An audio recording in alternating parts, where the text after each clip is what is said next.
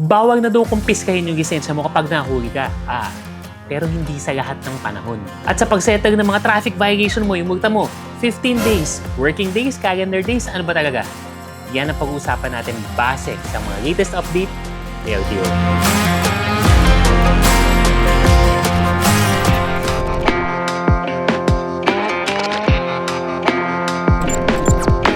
Pero bago natin ito yung usapan ng mga brother, napansin namin na marami pa rin sa inyo hindi naka-follow at naka-subscribe sa ating mga pages and channels. Malaking bagay magagawa ng inyong mga like, comment, and share, tsaka syempre yung pag-follow para hindi kayo nahuhuli sa mga latest updates katulad nito. Ito nga mga brother, in line with the recent happenings, alam niyo naman siguro hindi natin papag-usapan yung mga involved personalities normally.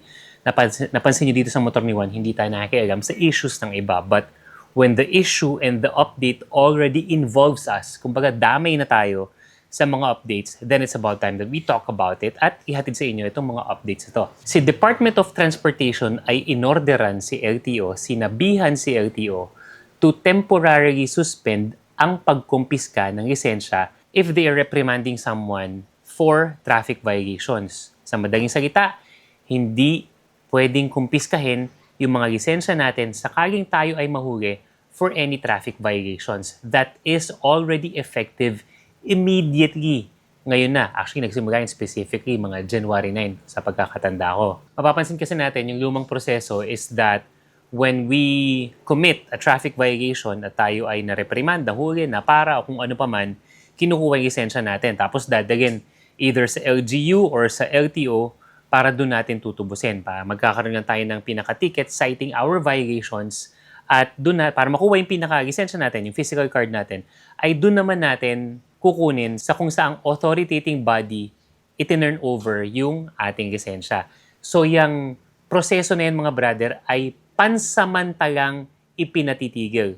Temporarily suspended. Ulitin ko pansamantalang ipinatitigil. Ibig sabihin, in the near or far future, pwedeng maibalik yan. Pero at least for now, ang kailangan nating malaman, ang pagkumpiska ng ating mga lisensya ng driver's license kapag tayo ay nagkaroon ng mga traffic violations, yan ay currently, effective na po ngayon, suspended. Walang pwedeng kumuha ng ating mga driver's license. Pwede kang ma-issuehan ng ticket citing your violation pero hindi po nila pwedeng kunin yung ating mga lisensya. Ngayon, sinabi ko sa umpisa ng video na to na hindi sa lahat ng pagkakataon hindi nila pwede kunin yung lisensya natin. Tama din yun mga brother. According na rin sa isa sa mga interview ni ASEC Mark Lacanilaw ng LTO is that while hindi pwedeng kumpiskahin yung mga lisensya natin for traffic violations, tandaan na, traffic violations, for any actions being suspected of crime na nagawa, may krimen na nagawa, doon pwedeng kumpiskahin yung ating mga lisensya. When we say crime, hindi lang naman yan yung mga mabibigat na kaso. Pwedeng yan, halimbawa, nagkabanggaan and you're liable for it. DUI, driving under the influence. Yan ay considered as a krimen, mga brother. Kaya sa mga pagkakataon na yan, hindi lang siya traffic violation, but it's a criminal violation.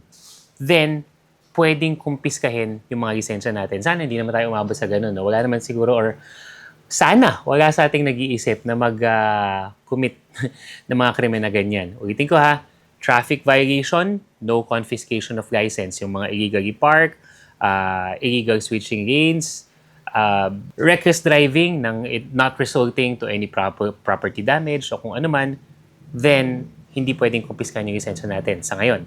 Pero yung mga actions that resulting into a crime or a criminal investigation at least, then pwedeng kumpiskahin yung mga lisensya natin mga brother. Sana maginaw yan. Ngayon, in line with the updates with whether to confiscate the driver's license or not, nagkaroon din ng bagong memo si LTO under the LTO Memorandum MVL 2026-4846 na ini-standardize yung pag-settle ng mga traffic violation. So ito na, nahuli ka na. Hindi naman kinumpis yung lisensya mo. Tama yon. So itong LTO memo na to ay nagsasabi na instead of settling your violation penalties or pagbabayad mo ng multa within 15 days, which is dati kasi 15 calendar days. So kasama sa bilang yung mga holidays, yung mga weekends o kung ano man, kahit bumabagyo at nagsarado ang ahensya, kasama yun sa 15 days.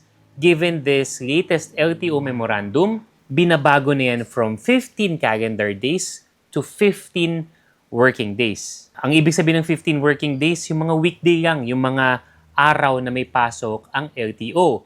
Hindi kasama ang Sabado-Linggo kung walang pasok ang LTO. Kasi alam ko, nung mga nakaraang panahon, nag-open ng LTO even Saturday.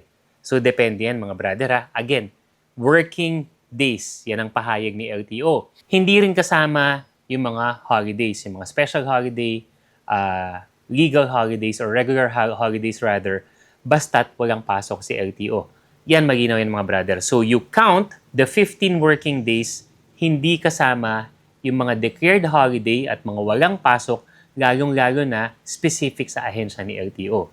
So that gives us, yung mga motorista, yung mga riders, yung mga drivers, a bit of a more reasonable time to settle our violations. Kasi mahirap nga naman yung 15 working days dati, lalo na hindi ka, bumiyahe ako, taga-Bulacan ako, sa Pasay or sa Makati ako nahuli. Doon din ito turn over yung lisensya ko. Medyo may hirapan ako basta mag-asikaso na lang yun. Lalo na, meron akong pamilya, meron akong trabaho, meron akong kailangan gawin, hanapan ko na lang siya ng oras at araw na pwede ako. At alam naman natin sa ngayon na kapag tayo ay magsasettle ng violation or magmumulta, hindi lang naman yung parang pumunta ka sa grocery at eto na po, yung bayad ko sa pagtubos ko sa lisensya, amin ng lisensya ko, hindi siya ganun. Alam natin, pipila pa tayo, medyo mahabang proseso. There are also types of violations na kailangan mong mag-seminar pa bago tuluyang ipatubos yung lisensya mo. So, talagang it will take time. So, the memo or this latest memo from the LTO as a directive from the Department of Transportation would be a reasonable